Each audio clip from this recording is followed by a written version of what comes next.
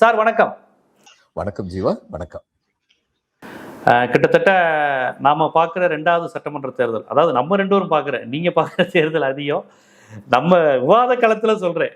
நம்ம 2வது தேர்தலுங்கிறது இது மட்டும் நம்ம இன்டர்வியூல தொடர்ச்சியா இருக்கிறது. 2021 சட்டமன்ற தேர்தல் தொடர்ந்து ஃபாலோ உங்களை நான் நிறைய எடுத்தேன். இதே மாதிரி கணிப்பு வந்த போது எடுத்தேன். அதற்கு பிறகு ரிசல்ட் வந்ததுக்கு அப்புறம் எடுத்தேன். நீங்க தேர்தல் கணிப்பெல்லாம் பண்ணல. ஆனா நீங்க சொன்னீங்க 130 சீட்டு தான் திமுக தனித்து வரும், 155 வரும் அப்படிங்கிறது 2021 நீங்க எனக்கு கொடுத்த பேட்டி. கிட்டத்தட்ட அது ஓரளவு வந்துச்சு. அப்படிதான் வரும் அப்படின்னீங்க. நாம் தமிழர் கொஞ்சம் ஓட் பெர்சன்டேஜ் அதிகரிக்கும் போன்ற விஷயங்கள்லாம் நிறைய சொன்னீங்க. எனக்கு அது இப்போ மறந்து போச்சு. அதற்கு பிறகு மக்களவை தேர்தலும் நம்ம இதே மாதிரி பண்ணோம். அப்பயும் திமுகவுக்கான வாய்ப்பு இருக்கு, காங்கிரஸ் தமிழ்நாட்டை பொறுத்தவரை ராகுலுக்கான இது இருக்குன்னு சொன்னீங்க. இப்ப இந்த தேர்தல், இப்போவும் தேர்தல் கருத்து கணிப்புகள் வந்திருக்கு. சில நிறுவனங்கள் திமுகவுக்கு தான் பெரிய லெவல்ல வாய்ப்பு, அதாவது அதிக இடம் தான் திமுகவுக்கு தான்ங்கிறது கொடுத்துருக்காங்க. சில இது 122 தொங்கு சட்டசபை மாதிரி வர வாய்ப்பு இருக்கோங்கிற மாதிரி கொடுத்துருக்காங்க. இந்தியா டுடே எல்லாம் ஏதோ விஜய்க்கு தான் அதிக இடம் வரப்போகுது, அவ்வளவுதான், அவர் தான் ஆட்சி அமைக்க போறாருங்கிற மாதிரி எல்லாம் கொடுத்துருக்காங்க. இந்த மிக்சடா வந்ததை நம்ம எப்படி புரிஞ்சுக்கிறது, எப்படி பாக்குறது?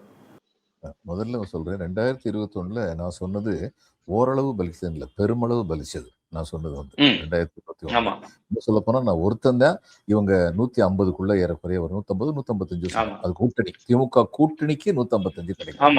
எல்லாரும் அந்நேரம் 200 சீட்டு திமுக கிடைக்கும்னு சொல்லிட்டு இல்ல, அப்ப எல்லாரும் திமுக அடிச்சிருந்தாங்க. ஏன்னா திமுக பெரியனா எடப்பாடி ஆட்சி ஒண்ணுமே இல்ல, பிஜேபி கைப்பாவை ஆட்சின்னா சொன்னாங்க.